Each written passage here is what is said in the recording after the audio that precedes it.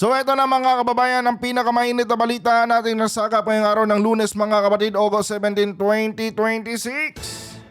President Bongbong Marcos mga kababayan, bukas di umanong makipagpulong mga kapatid sa kritiko ng kanyang administrasyon. Ito pa sa kabila mga kababayan ng kumakalat ngayon na chismis at bulong-bulungan. Na One Talk PH. Ito nga daw si Vice President Sara Duterte mga kapatid, gusto di umanong makipag-close door meeting kay Pangulong Marcos. Ang tanong mga kababayan, bakit kaya? Bakit kailangan close door meeting pa? Ano bang ayaw malaman ng ating Vice Presidente mga kapatid ng kanyang mga kababayan? Kasi nakapagtataka di ba? Pwede ka namang makipag-dialogo sa Pangulo nang hindi closed door. Bakit kailangan closed door pa? And dito din natin makikita mga kapatid kung gaano kabait ang ating mahal na presidente. Biruin nyo yan mga kapatid sandamakmak na po na mga ka-fake newsan at sandamakmak na rin mga kapatid na paninira ang binitawan at pinakalat nitong kampo ng kanyang mga kritiko mga kapatid Pero si Pangulong Marcos, hindi po nagtanim ng galit sa kanyang mga kritiko. Bukas pa rin ang Pangulo mga kababayan na makipag-usap dito sa mga kritiko ng kanyang administrasyon. Especially mga kapatid, dito po kay Vice President Sara Duterte. At ito po ang ating tatalakayin ngayon mga kababayan dito mismo sa bidyong ito. Pero disclaimer lang mga kapatid lahat po ng sasabihin ko dito, mga kababayan, ay personal ko lamang na opinion at reaksyon sa balita na ating tatalakayin ngayon. Hindi ko po kayo inaanyayahan, mga kapatid, na paniwalaan ang aking sinasabi dito dahil malaki ang posibilidad, mga kababayan, na may mali sa aking mga magiging opinion at reaksyon dito, mga kapatid. Hindi ko rin ginawa ang bidyong ito para impluwensyahan kayo at paniwalaan nyo. Kung agree kayo, feel free to like this video mga kapatid para i-share pa po ni YouTube sa iba pang hindi pa nakakapanood. Kung hindi naman, feel free to dislike this video mga kababayan. So for context mga kapatid, panoorin muna natin itong balita po galing sa News 5 and bigyan po natin ng ating personal na opinion at reaction. Bukas si Pangulong Bongbong Marcos na makipag-usap daw kahit kanino ayon sa palasyo. Kasunod po yan ang balibalitang gusto raw makipagpulong ni VP Sara kay PBBM. Eto mga kapatid alam nyo, nagtataka talaga ako Kasi nga mga kababayan, kung wala namang tawag nito, kung wala namang malalim na gustong hilingin itong si VP Sara kay Pangulong Marcos, hindi na dapat idaan pa sa closed door meeting yung kanyang pakikipag-usap sa presidente. Pero mga kapatid, eto kasi yun. Tandaan nyo mga kababayan na itong mga bank record at mga tax record ng mag-asawang Sara Duterte at Mans Carpio mga kababayan, ang paglabas po nito mga kapatid or pagbukas po nitong mga record na ito sa publiko sa impeachment ay nakasalalay po yan sa kamay ni Pangulong Marcos. And sa tingin ko mga kapatid, kung meron mang gustong hilingin itong si Vice President Sara Duterte kay Pangulong Marcos dito sa kanilang sinasabing closed door meeting, malamang sa alamang mga kababayan, ito po'y patungkol sa kanilang bank record at mga tax record. Tandaan nyo rin mga kababayan na noong nakaraang linggo, sinabi po ni Vice President Sara Duterte mga kapatid na okay lang naman daw sa kanya na buksan yung kanilang mga bank records at tax record. Pero mga kababayan, dapat naka-private session mga kapatid ang Senado. Ayaw niya mga kapatid na buksan ito in public mismo. Dapat naka-closed door daw mga kababayan. Ngayon ang tanong ko dito mga kapatid, kung walang tinatago itong ating Vice Presidente, di ba? Bakit may mga kondisyones siya no, na nilalatag, no, bago buksan yung kanilang mga bank record at tax record.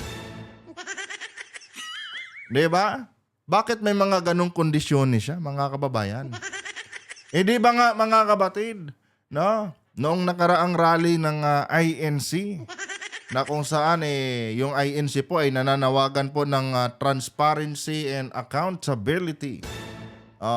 'Di ba, mga kababayan, nakiisa po doon, no? Itong grupo ni Sara Duterte. In fact, nandun pa nga siya no? Dahil nakikiisa di umano sila sa panawagan ng INC, mga kapatid, ng transparency and accountability.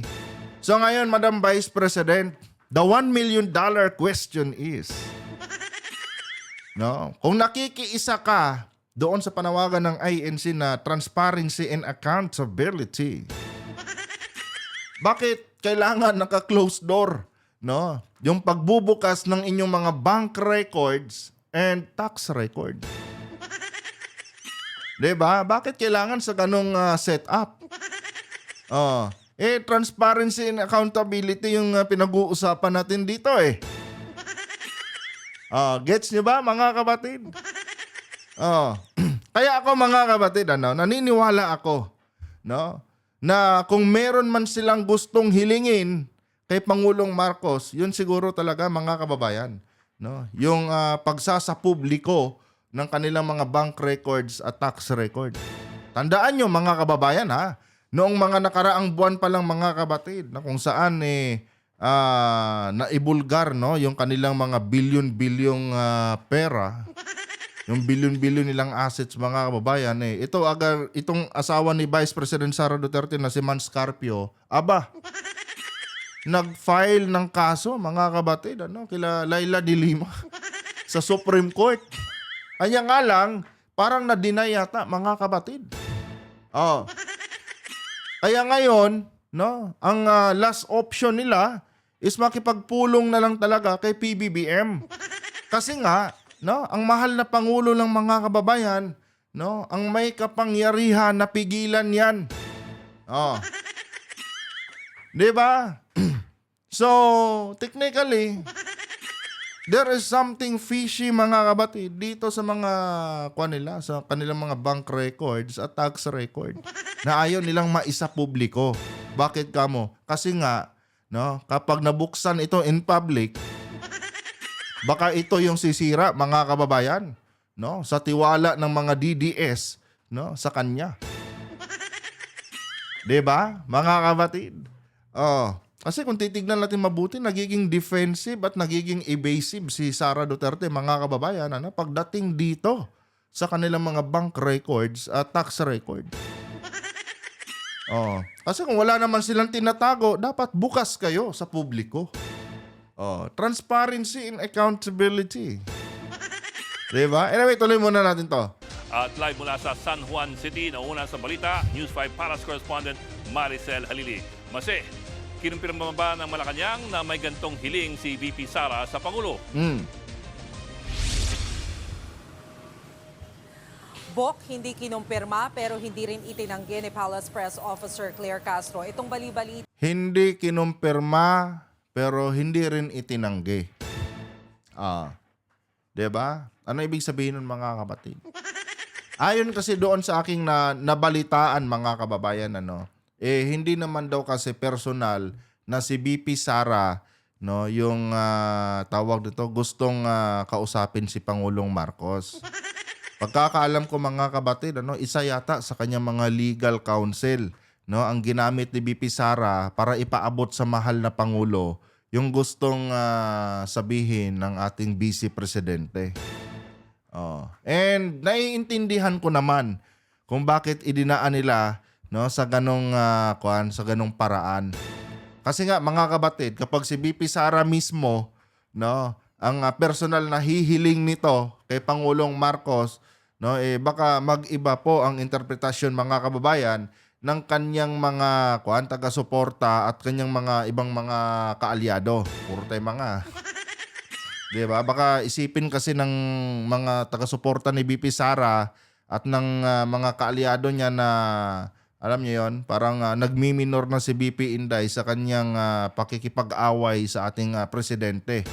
Kasi siya lang naman ang nakikipag-away sa ating presidente. Yung Presidente Marcos natin, mga kapatid, wala namang masamang tinapay sa kanya eh.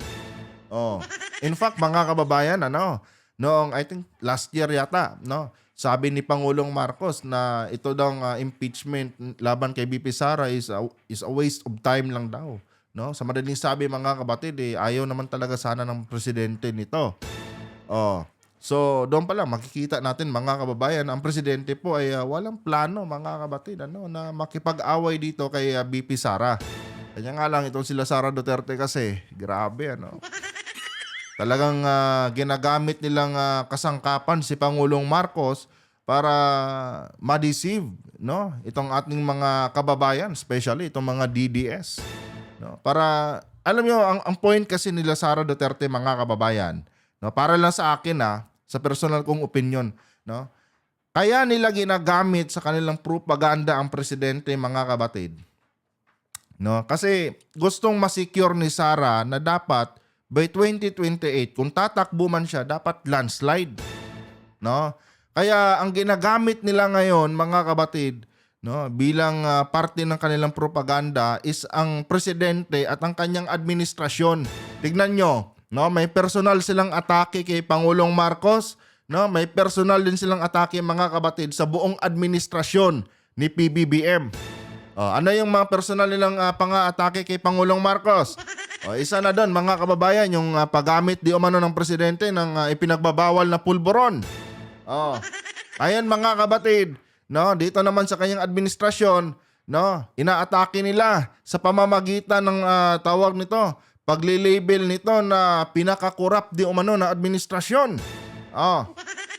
Di ba? Pero itong mga DDS, no, hindi nila nagigets yan. Na ginagaslight lang pala sila, no, nitong nila Vice President Sara Duterte. Nang sa ganon, makuha ni Sara Duterte yung buong suporta, no, nitong mga DDS. Kailangan kasi nilang siraan talaga, mga kababayan, si Pangulong Marcos. No, nang sa ganon, sa 2028, magmukhang bida talaga si BP Sara. Yung kasi ang pinaka sole purpose, mga kabatid, nitong mga propagandang ito, no, ng grupo nila Vice President Sara Duterte. Pero tignan nyo naman, mga kababayan, tignan nyo ngayon. Si Sara Duterte, mga kabatid, gumagawa na ng paraan para ma-reach out niya ang ating mahal na Pangulo.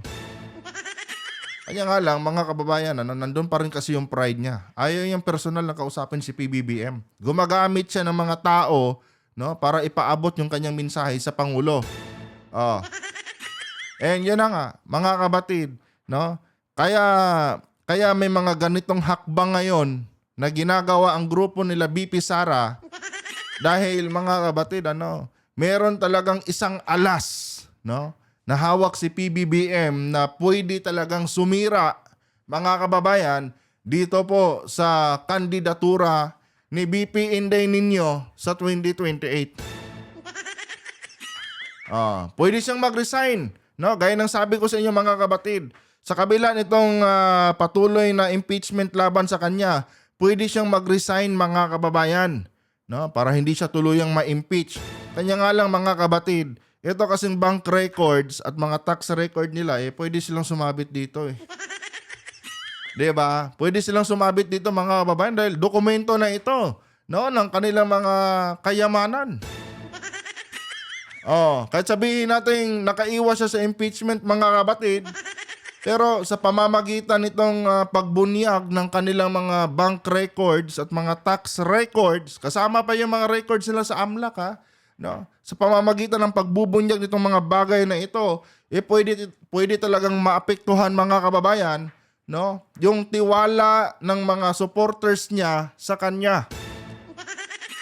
Kaya ang paniniwala ko talaga, mga kabatid, no, ito po talaga ang dahilan kung bakit gustong i-reach out ni BP Inday Nino, no, ang ating mahal na presidente. Anyway, tuloy natin to. Na nagre-request nga si Vice President Sara Duterte ng private meeting kay Pangulong Bongbong Marcos. Matatandaan kasi natin na over the weekend, kumalat sa mga social media accounts yung sinasabi na meron daw request si VP Sara na makausap si Pangulong Bongbong Marcos. Actually, spokesperson Harry Roque, ginawan pa nga yan ng collage yung mga naglagay ng post na ito at ipinost din niya sa kanyang Facebook account. Pero kanina, Ito naman si Roque, mga kabatid. Itong puganteng si Harry Roque, mga kababayan. Huwag kayong maniwala dyan. Wala namang alam yan, no? Sa mga plano ngayon ni Vice President Sara Duterte. Alam niyo yung si Roque, mga kabatid, ano? Naniniwala ako na wala na yung diretsong contact ngayon kay Vice President Sara. 'Di ba?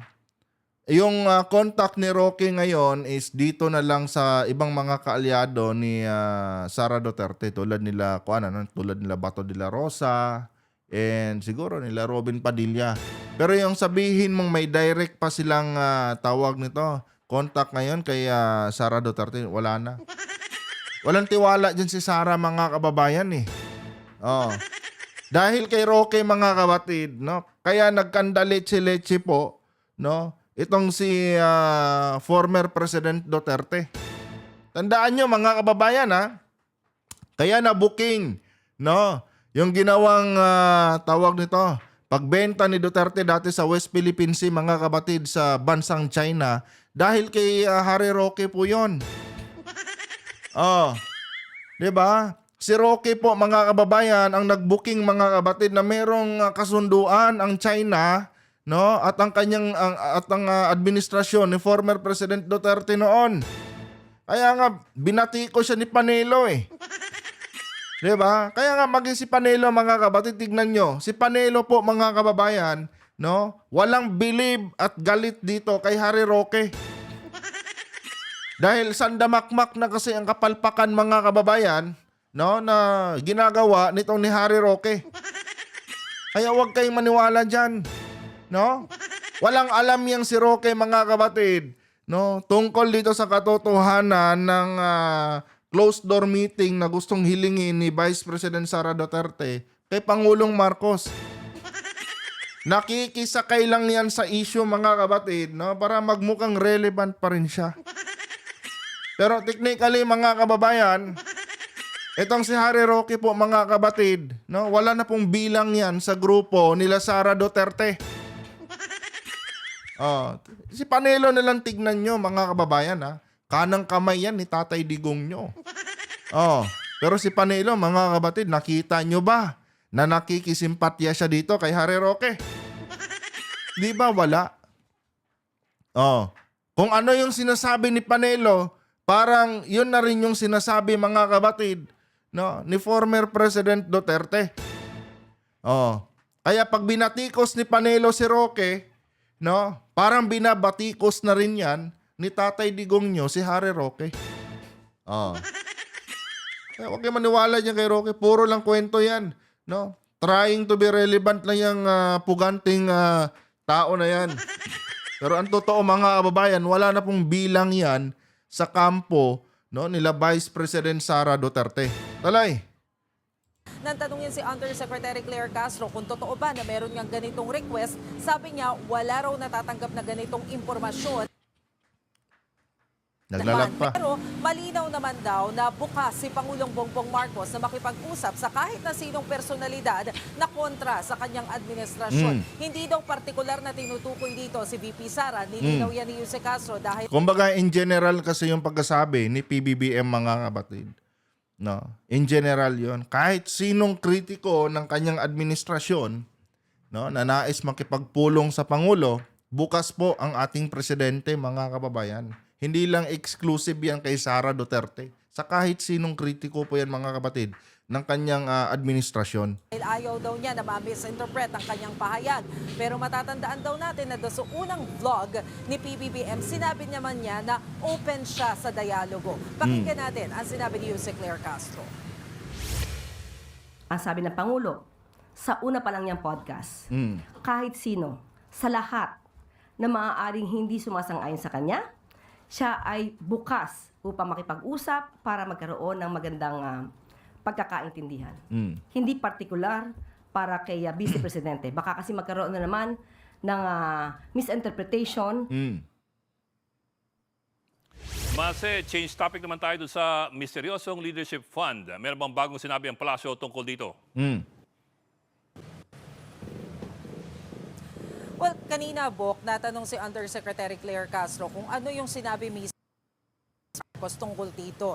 Noon kasing FOCA press briefing last Friday, nakita si Jose Castro nakikipag-usap kay PBM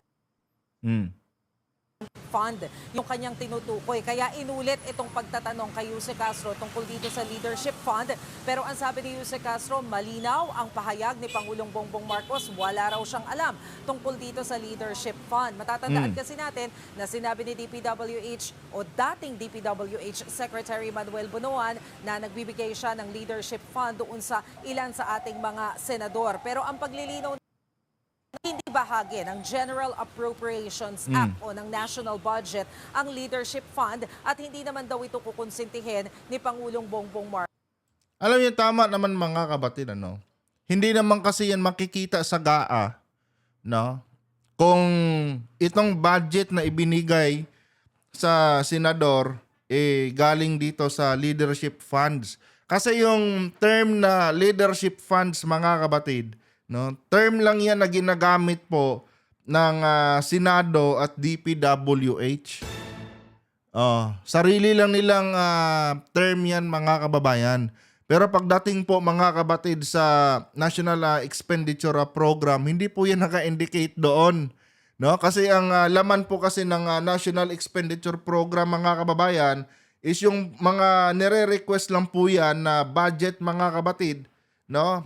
Galing po sa mga ahensya mismo ng gobyerno, no? So, kung isisingit diyan, mga kababayan, yung mga tawag dito, itong mga sponsored project ng ng mga senador, no? Doon po 'yan magre-reflect, mga kabatid, sa pondong hinihingi, kabuuang pondong hinihingi ng DPWH.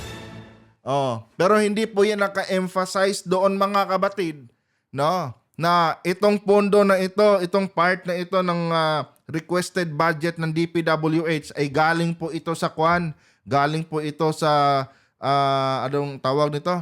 Itong sinasabi ni Bunuan, no, na privilege funds para sa mga senador.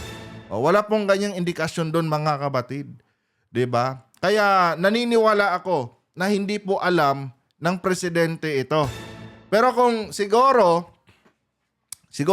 mga kababayan, ang ginamit pa rin nilang term dito ay pork barrel, no? Talagang magiging aware dito, mga kabatid, ang presidente at talagang haharangin yan ni Pangulong Marcos.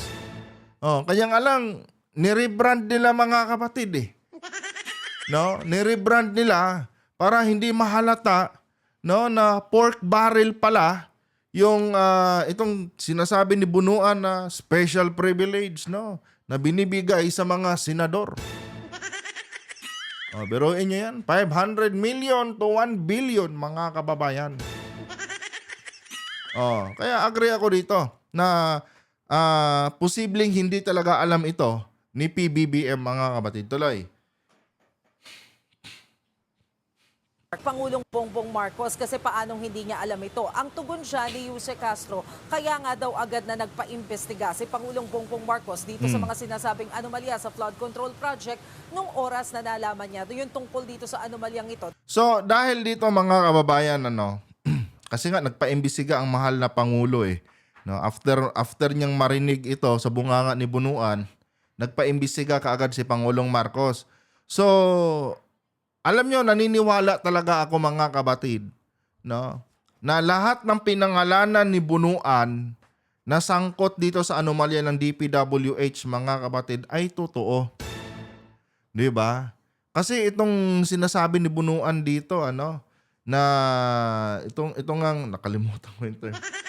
Ito na nga lang special privilege na sinasabi ni Bunuan na 500 to 1 billion na allocable budget para sa mga senador, no? Kwan to Kumbaga mga kababayan, ito po'y sikretong galawan mga kabatid, no? Parang ganun eh. Parang lumalabas na sikretong galawan lang between DPWH and dito sa ating mga senador. So, sa madaling sabi mga kabatid, no? Totoo talaga na merong mga hokus-pokus na ginagawa yung ating mga senador na pilit nilang inililihim mga kabatid, no? Sa taong bayan at sa presidente. Kasi hindi naman lalabas sa bunganga ni Bunuan to kung hindi to totoo eh. May paper trail na tinatawag mga kababayan. No? And isa na nga dyan sa nakapag-avail mga kabatid ay ito nga sila, Senator Robin Padilla, sila Senator Bongo. Di ba? So, malaki ang posibilidad na itong si Bunuan may pagka-traidor din pala kay Pangulong Marcos. And dapat lang talaga mga kabatid na ikulong itong si Bunuan dahil nga nilinlang nila ang presidente dito sa kanilang ginawa eh. Kasi kung alam ng presidente to, kung aware ang presidente tungkol dito mga kabatid, dapat hindi na nagpa-imbestiga si PBBM. And siguro pwede nilang idawit ang mahal na Pangulo kung alam ng presidente to mga kababayan. Pero lumalabas dito sa statement ni Bunuan, at sa naging aksyon ng Pangulo na walang koordinasyon ito mga kabatid sa ating presidente, itong mga special privilege na binibigay nila sa mga senador. Itong leadership funds. Lagi kong nakakalimutan yung pangalan. Mahirap kasing tandaan yung term na leadership funds. Pero kung pork barrel yan, mas mabilis makabisa ng utak ko yun.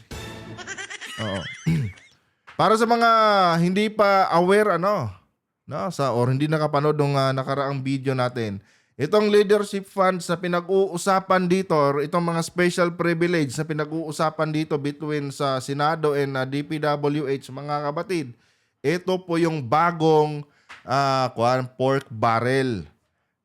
Ni-rename lang nila mga kababayan or ni-rebrand lang nila. Pero mga kabatid, ayon nga kay Senator Ping Lacson, mas malala pa ito sa pork barrel dahil ang minimum na pwedeng makuha ng isang senador mga kabatid is kalahating bilyon talaga. 500 million up to 1 billion mga kababayan. Ito po yung ibig sabihin ng leadership funds mga kabatid. And dapat lang talagang harangin ito ng ating presidente. Dapat paimbisigahan talaga ito mga kabatid ni Pangulong Marcos dahil interest po mga kababayan ng taong bayan yung naaagrabyado dito. Biruin nyo, imbis na para na sana doon sa mga proyektong makabubuti sa ating mga kababayan yung mapagamitan ng pera, napunta pa sa bulsa ng mga corrupt na mga politiko. The same politician, mga kabatid, na nakulong sa kasong corruption noon. Diba? Biruin nyo yan. Ganun tayo pinagluluko mga kababayan nitong mga artistang senador. Itong si Robin, malapit na talaga itong si Robin. Nung nakaraan, 100 million lang yung naisingit niya.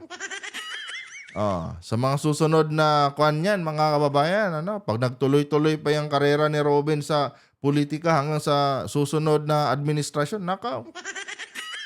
Baka magulat na lang tayo mga kabatid, daan-daang bilyon na rin pala. Diba? Kaya next time, nasubukan na natin ngayon eh. Alangan ulitin pa natin yung pagkakamali natin noong 2022. Diba? Ako, number 1 talaga ako magiging guilty dyan dahil isa ako sa mga nagtanggol at sumuporta noon kay Wonderful Tonight, Robin Padilla. Tanda ko yung Wonderful Tonight ng animal na yan eh. Pinagtanggol ko pa talaga dati yan. Pero at least, ngayon nakita na natin mga kabatid. Napagbigyan na natin siya sa kanyang mga katarantaduhan. Kaya sana no more next time na. Kasi kawawa eh. Kawawa talaga ang Pilipinas, mga kapatid. Dahil ayaw daw nilang itolerate itong mga nangyayaring ganito sa ating pamahalaan. Ang tanong pa sa kanya kanina, dapat bang maituring na state witness itong si Secretary Bunuan despite all the situation mabibigyan ng Malacanang? Sabi ni Jose Castro, bahala na ang korte na magdesisyon tungkol sa isyong yan. Naritong Alam nyo, kung ako ang tatanungin, no? Okay naman na gawing state witness itong si Bunuan. Kanya nga lang, mga kapatid, hindi ako pabor doon sa part na kapag naging state witness siya, maa-absuelto siya sa mga kasalanang ginawa niya. Hindi ako pabor doon, mga kababayan. Unang-una, mga kapatid, yung anak, hindi ako nagkakamali, yung anak ni Bunuan, meron ding construction firm, mga kapatid, na talagang nagpakasasa din, no? Sa ilalim ng leadership ni Bunuan sa DPWH. Ngayon, kung i-absuelto nyo yan, paano naman yung mga naibulsa, no, ng construction na firm ng kanyang anak? Ano mangyayari doon? Siguro, no, kung gagawin mga state witness si Bunuan, mga kapatid, for me lang mas pipiliin ko pa na i-capture lahat ng i-capture lahat ng ari-arian at assets ng kanilang pamilya. No, at siguro babaan na lang yung sentensya niya, imbis na panghabang buhay. Gawin na lang sigurong kahit 20 years na lang. No, total matanda na rin naman to si Bunuan eh. Siguro mga ganon na lang, mga kababayan. Sa ganon may maibalik naman sa taong bayan at maramdaman din ni Bunuan, no, yung yung kanilang mga ginawang katarantaduhan diyan. No, gaya ng sabi ko sa inyo, mga kababayan, kahit gaano kagaling ng presidente, mga kapatid, no, kung yung nasa baba ng presidente puro lang pangungurakot yung nasa loob ng utak, wala pa rin. Mamamatay pa rin ang isang administrasyon, mga kababayan, kung yung mga nasa baba ng presidente, mga kapatid, puro lang pambubulsa yung kwan. Di ba, mga kapatid? Hindi ko naman sinasabi na sobrang linis ni Pangulong Marcos, Kasi nga, mga kababayan, wala pong malinis na politiko. Diyos ko po.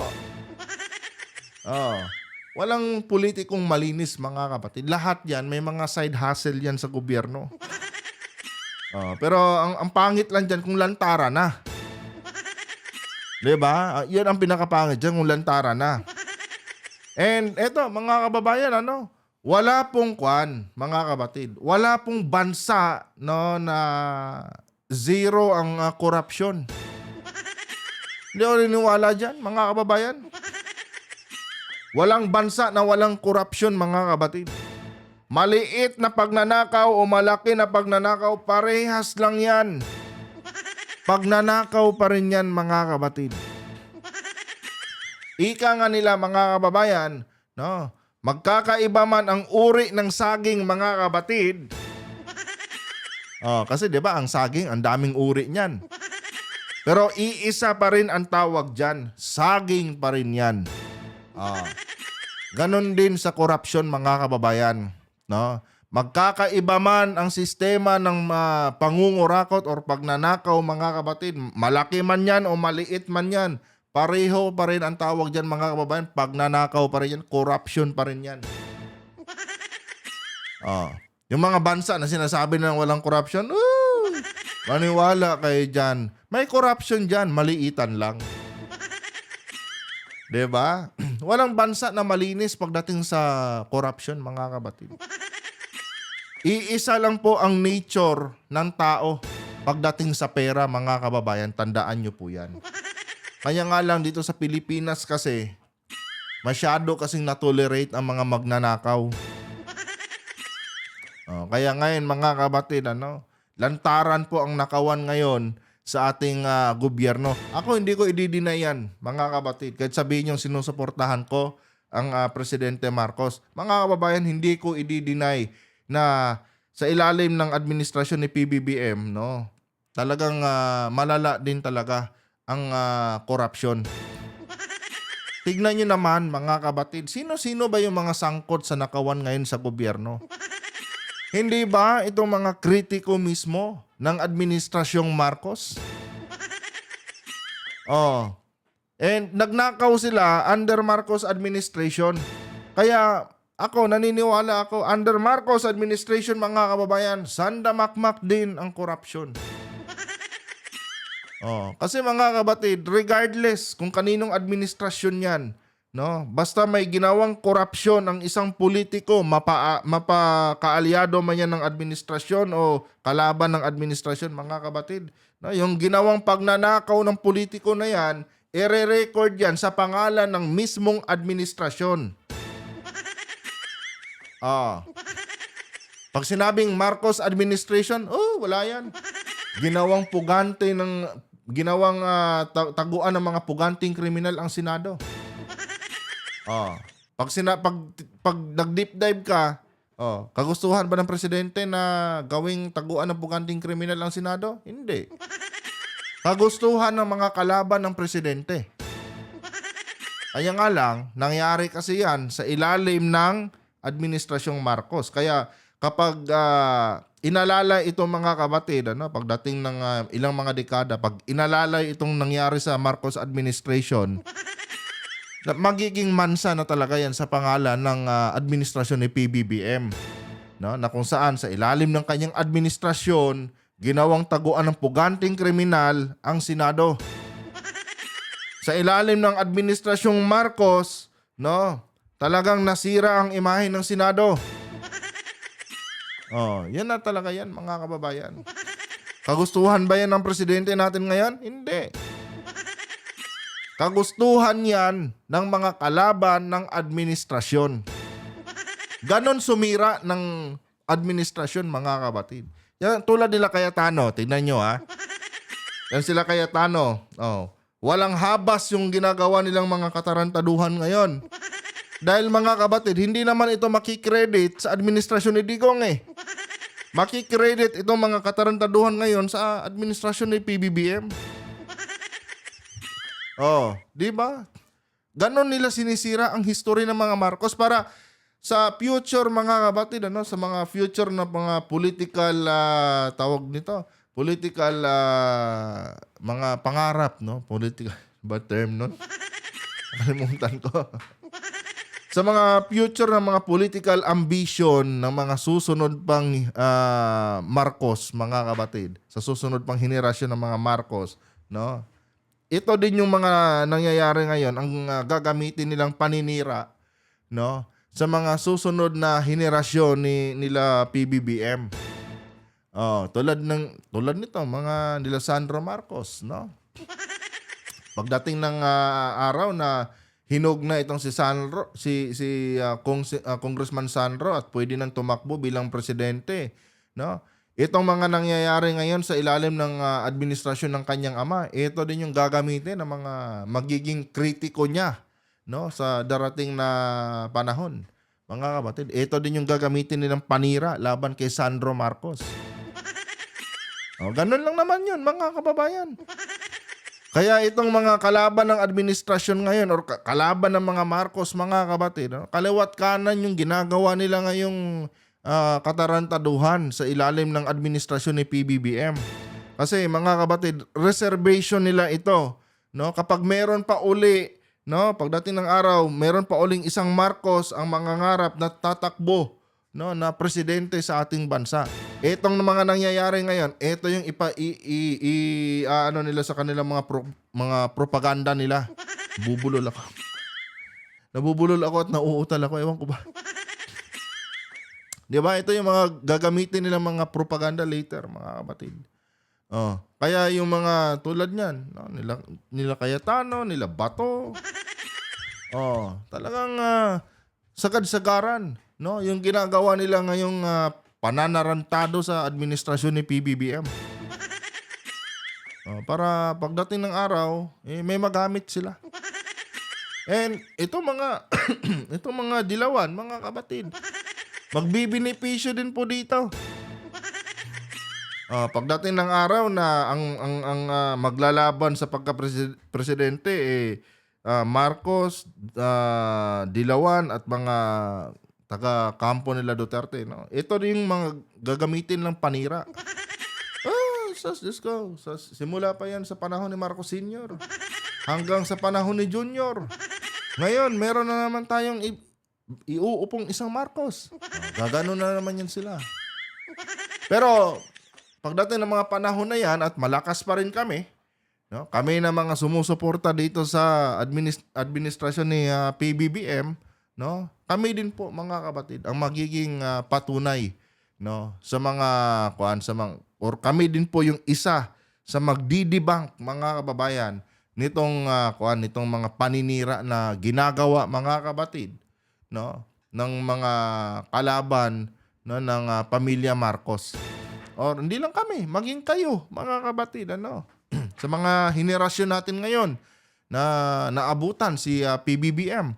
Pagdating ng araw na may isa uling Marcos na susubok, mga kababayan, na maging presidente sa ating bansa, no? Yung mga karanasan natin ngayon, yung mga nakikita natin ngayong pananarantado nila sa administrasyon ni Pangulong Marcos, no? Tayo po mga kapatid ang isa sa magdidebunk niyan pagdating ng araw mga kababayan. Ganun lang naman yan eh. Tuloy. Sinabi ni Yuse Castro. Ang pondo binibigay sa proyekto, hindi sa tao. Kaya siguro nabanggit niya na Tama naman yun. No? Kaya agree ako doon kay Lacson na kung saan tutol siya, no, dito sa tinatawag nilang leadership funds. No? Kasi nga mga kabatid, no, binibigyan mo na kasi ng kapangyarihan ng isang politiko niyan yung isang senador. No? Binibigyan mo na ng kapangyarihan na gastusin ang pera ng taong bayan sa pamamagitan dyan sa special privilege na binibigay nyo sa kanila na pwede silang gumastos ng 500 million to 1 billion. Binibigay mo na sa kanila yung kapangyarihan kung paano gamitin yung pondo ngayon, kung may kasabwat yan doon, tulad nung ginawa nila Estrada at nila Revilla, na kung saan mga kabatid, kinontsaba ang mga taga-DPWH. Di wala na. Tulad ni Cayetano, nagsingit, no? Tapos, tinakot ang mga taga-DPWH. Kailangan 33% sa akin dito, magpapasok ako ng 6.7 billion.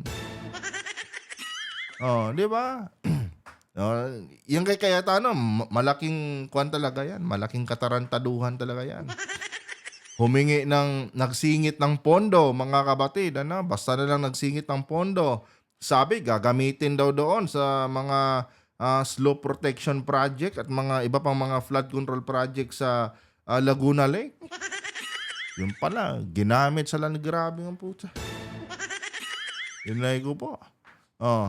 Kaya tama, no? Tama itong sinasabi dito ni Yusek Claire Castro, mga kababayan. hindi sa tao. Kaya siguro nabanggit niya na equitable distribution ang nais ng Pangulo dahil yun ang utos ng Pangulo. Pero when it comes to leadership fund, ano po ito nabanggit sa Pangulo at ito din po ay dininay ng economic team. So kung meron man silang pag-uusap among themselves dito sa DPWH, sa kanila lang yun. hindi po ito kailanman naging programa ng Pangulo. At hindi po nakalagay ang leadership fund sa GAA. Kasi wala naman talaga makikitang ganyan sa GAA. Kasi magsimula sa NEP, mga kabatid, ano? Magsimula sa National Expenditure Program, no? Ang makikita mo lang talaga doon is yung mga proposed na budget ng iba't ibang ahensya ng gobyerno. Yun eh. Tapos hanggang sa mapunta yan, magiging GAB yan, no? Magiging General Appropriation Bill, no? Hindi mo makikita na yan doon na itong proyektong ito galing ito sa leadership funds ni ganito, no? Hindi makikita yan. Kukomputin na lang, no? Kukomputin na lang kung magkano yung hinihinging pondo ng DPWH, 'di ba? Tapos, i-evaluate doon kung para sa ang proyekto yan. Yan lang ang titignan dyan. Pero yung sabihin doon na nakasulat ang pangalan ni ganito, no? At galing ito sa kanyang leadership funds. Walang ganun. O, kaya mali yan mga kabatid. Ano? Nagiging evasive yan sa mata ng, presidente at sa mata ng publiko. Oh, ginagawa nilang ewan ko ba? Hindi sila matigil-tigil dyan sa mga ganyang gawain nila, mga kababayan. Ginagawan talaga nila ng diskarte para makakuha sila ng bilyon-bilyong pera sa kaba ng bayan. Diyos ko, mga kapatid. Tapos ngayon, no? Kung kailan na dumating yung presidente na gustong tawag nito, buksan itong Pandora's box of corruption sa DPWH. Kung sino pa yung nagpa-imbestiga, siya pa yung ginagawang suspect ngayon. Nakakabilib talaga, mga kababayan, ano? Sobrang bulok talaga no? Mase, nitong Sabado naman, tinambang Anyway guys, masyado na po mahaba yung ating video, 45 minutes na. Hanggang dito na lang mga kabatid. No? And siguro, naipaliwanag ko naman na siguro sa inyo kung bakit humihingi itong si BP Sara ng closed door meeting kay PBBM. Anyway, personal ko lamang yun na assessment mga kapatid. No? Base lang po sa mga nagiging galaw ng ating vice presidente ngayon. And yun talaga paniniwala ko Kung meron manghihilingin itong si BP Sara kay PBBM, yun po mga kababayan ay wag pabuksan ng tuluyan sa publiko itong kanilang mga bank records at mga tax records nila. Dahil naniniwala ako mga kabatid na pag binuksan yan, no, talagang tapos na. Or matatapos na talaga ang political career ni BP Inday Niño sa 2028. Kung nagustuhan niyo po mga kababayan yung ating talakayan ngayon, huwag kalimutang i-like ang ating video para i-share pa po ni YouTube sa iba pang hindi pa nakakapanood. Kung hindi nyo naman nagustuhan, feel free to dislike this video. Wala namang problema sa akin yun mga kabatid. Lahat po ng aking sinasabi dito, ulitin ko, hindi po ito sumasalamin sa opinion ng mga eksperto, mga kababayan, at personal ko lamang itong assessment, mga kabatid, sa balita at sa mga pangyayari ngayon sa ating bansa. Hindi ko rin ginawa itong video na ito para impluwensyahan kayo at paniwalaan nyo, mga kabatid. Kung agree kayo, like nyo na lang para i-share pa ni YouTube sa iba pang hindi pa nakakapanood. Hanggang dito na lang. Adios.